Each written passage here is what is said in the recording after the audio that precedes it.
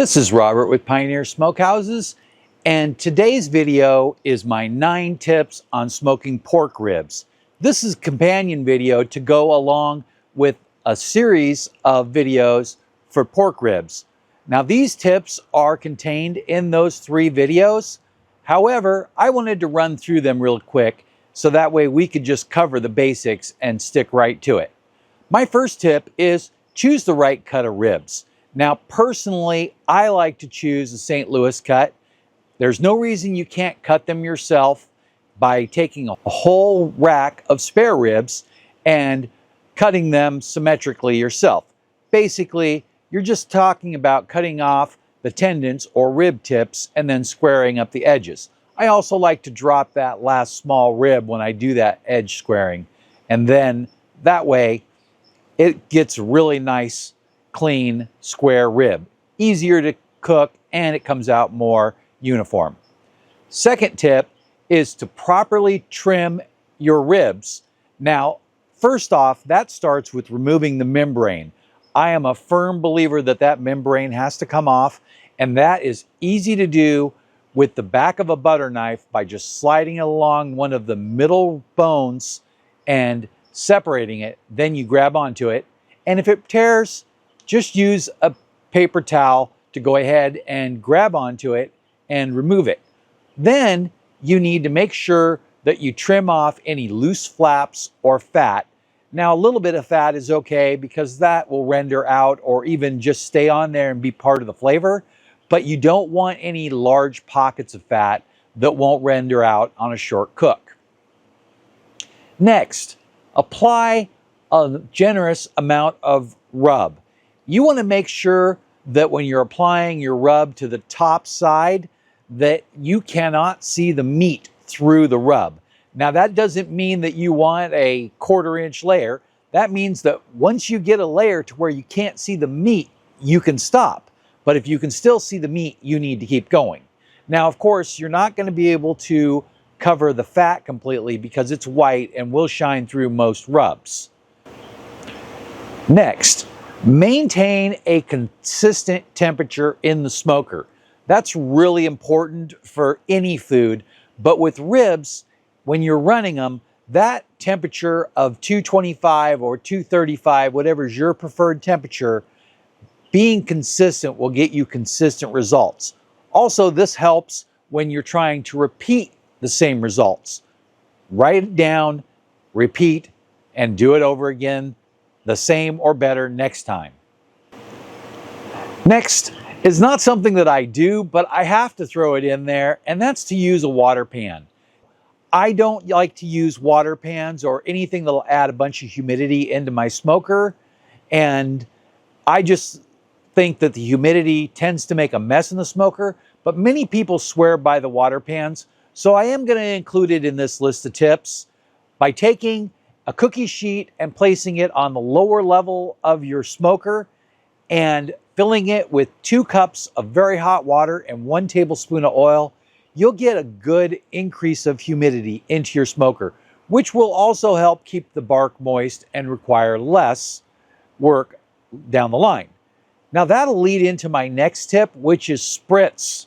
I always like to keep the seasoning or bark on the rib rack moist. I prefer to use a olive oil spray, but the apple juice and apple cider vinegar mix is definitely a top choice.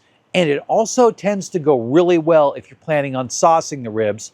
I think that little tang of the vinegar just brings it to the next level. So don't forget to do that.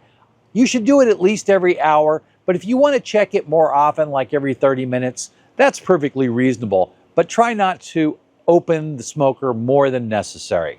Next, wrap the ribs in foil during the final cooking stage to lock in moisture if you want a more moist rib. Now, technically, that is the step 2 in the 3-2-1 rib. Now, I like to cut it back so it's a maximum of about 30 minutes. Otherwise, I find that my ribs get too moist for my liking.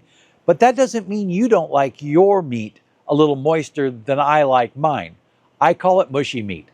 Also, this process is referred to as the Texas crutch in brisket and other large meat cooking.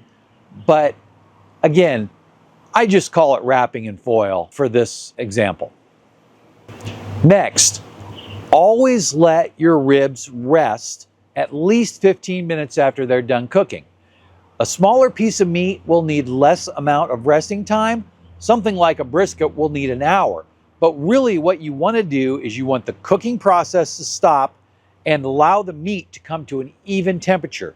This allows for the juices to distribute evenly into the food. When you do this, popping it inside of an unused oven or even a cabinet is an option. But my favorite option is a clean, dry cooler. I keep a cooler right next to the set, so that way every time I need to rest it, I have a cooler that I use just for that. I don't use it for anything else, and it just gets used with the foil and sometimes towels inside if I'm doing a brisket. Finally is cutting. I find the best way to cut your ribs is to flip them over so you can look at the bones and take your knife right between them. A large brisket slicing knife can work well on a large rack of ribs. If they're smaller, you might want to downsize to a smaller knife. You can use a boning knife, or my second favorite knife is actually a chef's knife to get this cut. Make sure it's extremely sharp, because when you come through, you're going to hit that bark on the opposite side. You don't really want to tear that up. That will definitely make your ribs look kind of messy. And speaking of looks, you can also do what they call the Hollywood cut. The Hollywood cut is where you cut tight against every other rib bone. Now you can set those aside and eat those as the cook's treat, or you can use them in a soup or whatever you want to do with them. But the other pieces end up to be double meaty and really yummy. And you can see in this small video clip how good those look compared to the smaller ones. That pretty much covers all of my tips on smoking pork ribs. Now, you can check out all three of those videos, and starting with the first one on the link up here. Also, there is going to be a playlist here for all those rib videos, including this one and some of my other rib cooks on different smokers. And over here will be the first video in that playlist. So go ahead and check that out, and thanks for watching. Have a great day.